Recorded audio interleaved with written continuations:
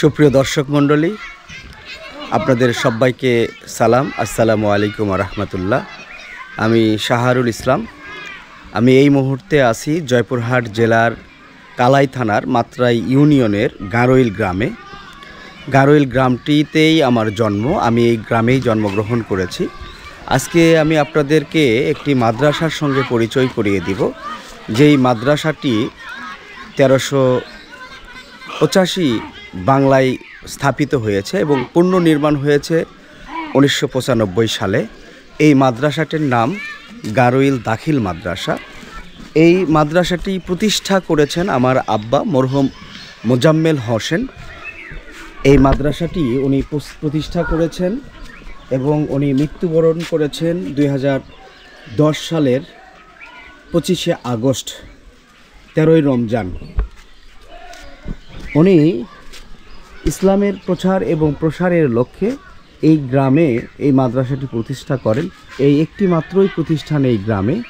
তো আপনারা দেখতে পাচ্ছেন যে 135% জমির উপরে এই মাদ্রাসাটি প্রতিষ্ঠা করা হয়েছে। প্রতিষ্ঠার পর থেকেই এই এলাকার ছেলেমেয়েরা এই মাদ্রাসাটাতে অধ্যয়ন করে যাচ্ছেন এবং ভালো ভালো শিক্ষকদের মাধ্যমে এই মাদ্রাসার ছাত্রছাত্রীদেরকে শিক্ষা দেওয়া হয়ে যাচ্ছে।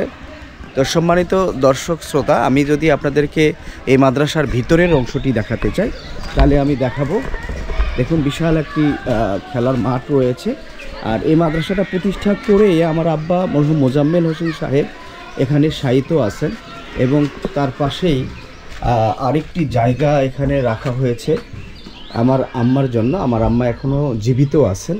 তো সবাই আমার আম্মার জন্য দোয়া করবেন এবং আমার আব্বার জন্য দোয়া করবেন, যাতে আব্বা এই মাদ্রাসার ওসিলায় এই প্রতিষ্ঠাতা মরহুম মোজাম্মেল হোসেন সাহেবকে যেন আল্লাহ জান্নাতুল ফেরদৌস নসিব করেন। গ্রামে আসলেই আমি যার সঙ্গে চলাফেরা করি, বিভিন্ন বিষয়ে পরামর্শ করি, তার সঙ্গে আপনাদের পরিচয় করাই দিলাম। ওনার নাম নজরুল ইসলাম। অত্যন্ত ভালো একজন মানুষ এবং আমাকে সব সময় ভালো পরামর্শ দিয়ে আসেন। এই মাদ্রাসাটির সুবিশাল মাঠ, এই যে দেখতে পাচ্ছেন যে বিল্ডিং এবং সুবিশাল মাঠ। এই মাঠে ছাত্রছাত্রী সহ গ্রামের যুবকেরা খেলাধুলা করে থাকেন। এই যে সুবিশাল একটি মাঠ। এই মাদ্রাসাটি 135% উপরে এই মাদ্রাসাটি প্রতিষ্ঠা করা হয়েছে। 1995 সালে এই বিল্ডিংটা তৈরি করা হয়েছে এবং এই প্রতিষ্ঠানটি স্থাপিত হয়েছে 1380 সালে। এই যে আপনারা দেখতে পাচ্ছেন দারুল উলুম আমিনিয়া দাখিল মাদ্রাসা। সত্যি কথা বলতে এই মাদ্রাসাতে প্রথমে এই পাশে যে দেখতে পাচ্ছেন তীরের ছাউনি, এই তীরের ছাউনি এখান দিয়ে এই মাদ্রাসাটির যাত্রা শুরু হয়। এরপর আস্তে আস্তে এই মাদ্রাসাটি প্রসারিত হতে থাকে। দেখতে পাচ্ছেন যুবকরা খেলাধুলা করছেন এই মাদ্রাসায়। সুবিশাল একটি মাঠ, সুবিশাল একটি মাঠ।